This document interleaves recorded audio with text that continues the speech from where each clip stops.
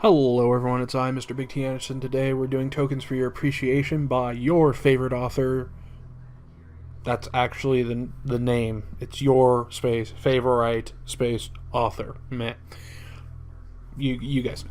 So, if you're new here, thank you for listening. I do appreciate it. Here are the rules. I am not the writer, I'm just the reader. I liked fan fiction, I've written many of them, so I decided I'm going to do something different, start reading them. And this case, for this month, we have Doctor Who and Mass Effect, so plenty of alien fun to be had. And this one, it is going to be a little bit different, because some of the stories have been a little bit more, depending on how I have this set up, there's going to be some serious stories, but this one is not. In fact, serious is probably the farthest thing from the word. It more like it looks at the fourth wall and decides to do a running charge through the thing. So, it's going to be fun. This is called Tokens for Your Appreciation. Shepard knew something was wrong. He was standing at the head of the Normandy SR-1, a beauty of a ship, listening to two of his men discuss their upcoming shakedown run. Shepard couldn't help but agree with the cynicism of Joker. There was no good reason for a Spectre to be on a shakedown, but Kaidan wasn't wrong either to point out that Joker was a cynic. Maybe too much so. As Shepard turned these thoughts over in his head, he couldn't help but notice that the two men sitting in front of him were providing entirely opposing opinions. They're almost perfectly opposed in such a way that he could define his personality to them by his choice on who to side with. Well, that's how it's going to be. He would just sit on the fence, and he told the two men in front of him as much. After the mumbling agreement to focus on the mission at hand, and with the foreboding feelings about the shakedown and his squad's opinions going on in his head, he went to talk to the rest of the crew. Perhaps they could help calm him down. The first of his squad mates that he got the chance to talk to was Jenkins. He never met the man before, but he looked a bit like someone who'd never been on a mission before. "Commander, I'm the token new guy who dies at the start." "Ah, here's confirmed then. Better come up with an appropriate response." "Jenkins, I trust you're feeling ready to see your home destroyed before you die feebly." "Well done, Shepard. You're the man." "Yes, sir. My ineptness in the field will surpass my overwhelming enthusiasm for a fight before you know it." "Good to hear, Corporal. As you were." "Sir." Shepard could now move towards the mission with confidence. He'd gotten to know one of his crew. A bit of a shame that he was only a token squad mate, but they wouldn't all be like that, would they? Shepard lay back in his bed. What a day, at least. He thought it had been a day. Time just flew by when you were shooting things. As he considered all things he had done, a frown took place on his face as his thoughts turned to the squad he had quickly built on the Citadel. He had hoped that Jenkins, poor young Jenkins, would be the only token squad mate he would encounter. Not so as it turned out. After he'd woken from his beacon-induced nightmare, run around the Citadel, helped a Turian and a Krogan to save a Quarian, became a Spectre, and taken his new alien friends on board a ship that was now under his command, he decided to do the rounds. At least it gave him something to do. That wasn't paperwork. Why was it even called paperwork when they don't use paper? That didn't make sense. With a sigh, Shepard figured he might as well start at the top. His first stop had been Joker. Hey, Commander, I'm the token cripple. Got a problem with that? Huh? I don't know. Really? Yeah. Okay. I'll grudgingly explain my disease because I think you're okay. Thanks, Joker. Carry on. Next had been his new XO, Navigator Presley. Third time lucky, perhaps? Commander, I'm the token racist. Nope. You have a problem with aliens? Well, no, but yes. I'll explain it poorly so you have no sympathy for me. Rest assured that by the time I die, I won't be racist at all. Good to hear, Presley. Well, maybe things would be different on the second deck. Dr. Chalkwis couldn't be another symbol of tokenism, could she? Hello, Commander. I'm the token Brit. Oh, yes, she could. I'd noticed that everyone else on board seems to be from North America. Why is that? The main audience for these games is also American, so we have to pander to them. But then for the sake of diversity, someone from Britain shows up. Just be glad I'm not a villain. True, but surely after all this time in space there would be a new, generic human accent. It's also a result of where the game is made, Shepard. I'm sure Kaidan can tell you more. Sure. Thanks, Doc. Anytime, Commander. Well, if Kaidan could tell him more, perhaps that meant he wasn't a token squad mate. Hey, Commander, I'm the token Canadian. Never mind. Why do we even need a token Canadian, LT? I mean, at least British voices have a history of appearing in US-made movies and games. Alenko seemed a bit uptight for a Canadian too. Permission to speak freely, Alenko. Well, BioWare is a Canadian company. Commander, this is their opportunity to acknowledge their country in one of their games. That was a good point. Hence why there's all this tokenism. BioWare are proud of their country's multiculturalism, Commander. They want to express this. Also a good point. Why are you even worried about Canadians, Shepard? Have you heard yourself talk? Well, that was embarrassing. Think quick. So, LT, why are you repairing this, thing? Will I be using it? Will you? 10 out of 10 distraction, Shepard. Well done. Commander, I don't know what I'm fixing this for, or what it does. I won't stop repairing it, though, and I won't stop wiping the sweat from my brow when you come by, either. Carry on, LT.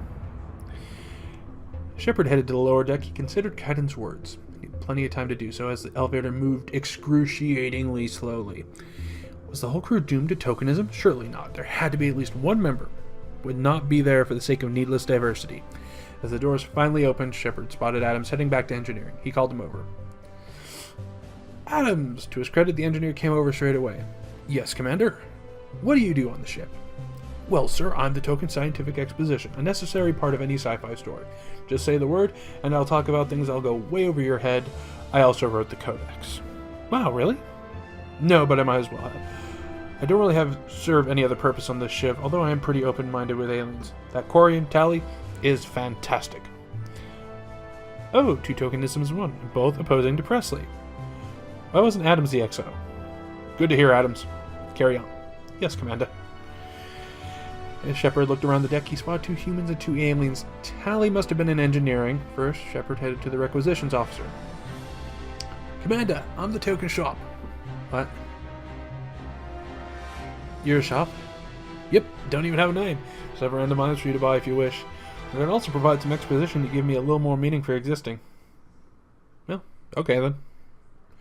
Do you enjoy your job? Sure, I mean, I'll disappear in the next 2 games, but while I'm here, I might as well soak it in. I get some interesting conversations, too. It really echoes this room. Shepard made a note to lower his voice slightly. I should go. Sure, Commander. That left one human, Ashley Williams, survivor of the Eden Prime attack. It was good to know that BioWare had a perfect replacement for Jenkins ready to go. Would she also have the tokenism that he did? Williams? Sir, I'm the... Hold on, pardon me, I actually gotta do the voice. Sir, I'm the token warrior woman. I'm also the token Christian. Ooh, another double. That won't be a problem, will it, sir? Why would it? Do you find those 2 things difficult to hold at the same time? No, Commander. My supposed Christianity comes out of the blue, and I barely mentioned it again. I'm also willing to sleep with you by the end of the game, and in the future I will get drunk to the point where it actually becomes a running joke. Won't be an issue for me or you. You might as well forget all about it. Oh, almost the perfect tokenism. How would BioWare ever beat this?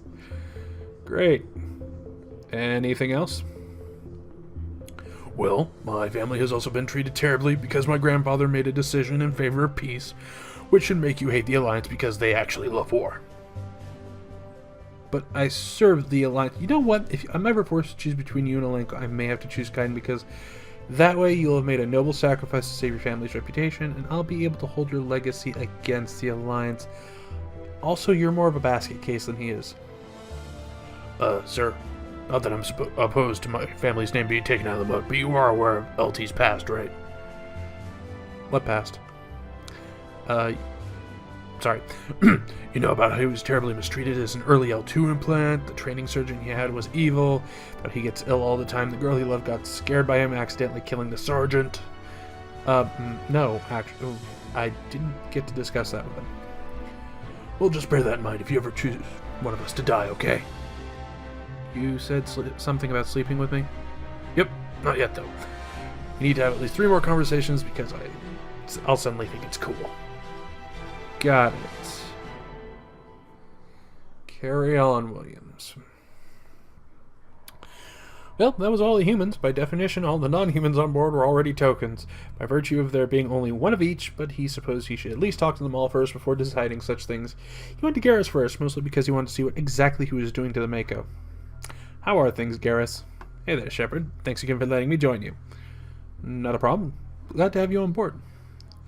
In case you hadn't realized, Garrus continued, I'm the token Tyrion. Shepard had realized. Figures. And what's more, all the aliens you have on the Normandy are the opposite of their people. For example, Turians are typically all about rules and regulations. Our government's even called the hierarchy. I, on the other hand, am a renegade cop. Right. I live on the edge of the law. Okay.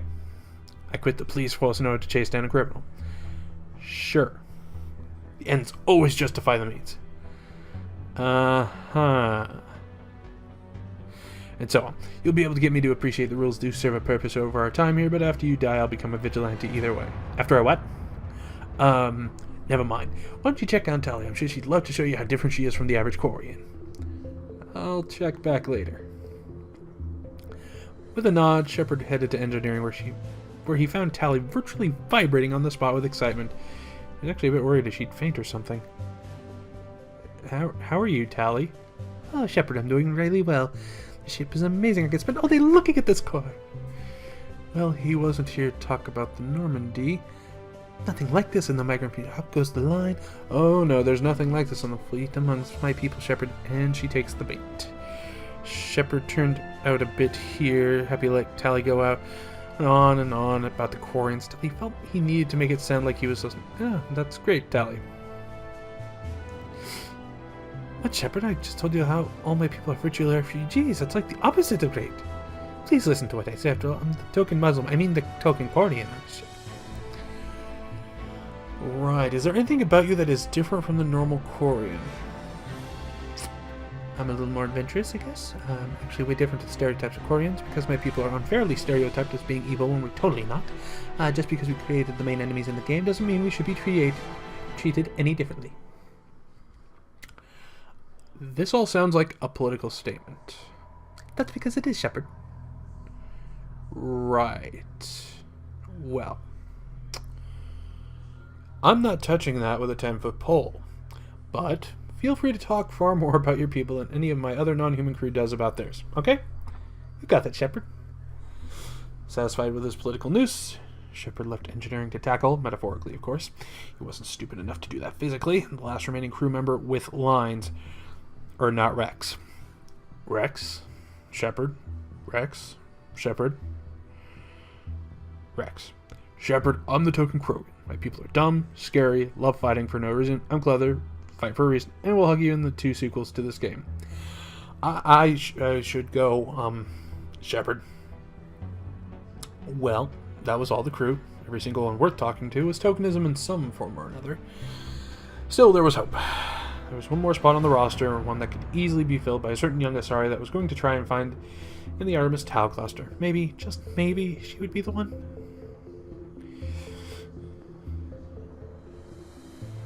Having done his rounds, Shepard decided to go check on his newest crew member, who went to rest after doing some weird mind-reading thing. Liara T'Soni, daughter of the Saren's assistant, Matriarch Benezia. He had a foreboding feeling that given she was clearly some kind of bookish type, totally unlike what you would expect of a matriarch's daughter, that she, too, would end up being a token. Well, only one way to find out. Liara stood up to greet him as the door opened. Oh, hello, Shepard. Reading your mind took a lot out of me.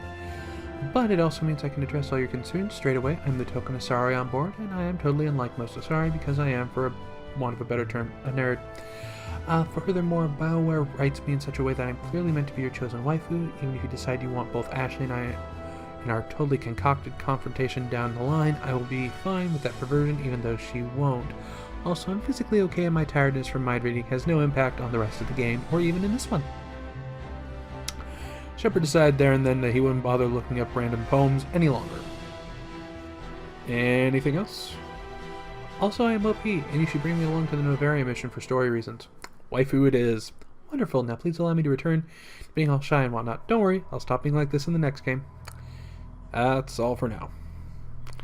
Shepard left the spare room that Liara was holed up in. He had no idea what it was there for, and walked back to his own room. He entered it, lay down on his bed, stared at the ceiling, wondering why he couldn't have squad mates that had things in common with each other. But he decided there was nothing he could do about this. Token squad mates just came with the territory of saving the world. But even as he accepted his fate, there was one more thing bugging him. There clearly wasn't any more room on board the ship to add another crew member, but the Solarians weren't represented. Just didn't seem right. Where was his scientist Solarian? Anyway, so that was tokens for your appreciation, and yeah, the fourth wall, it got assaulted here, but it was fun. So, if you enjoyed it, you know the drill. Go down to those links below and give the author some love. Leave a nice review. If you like how I did it, please do so.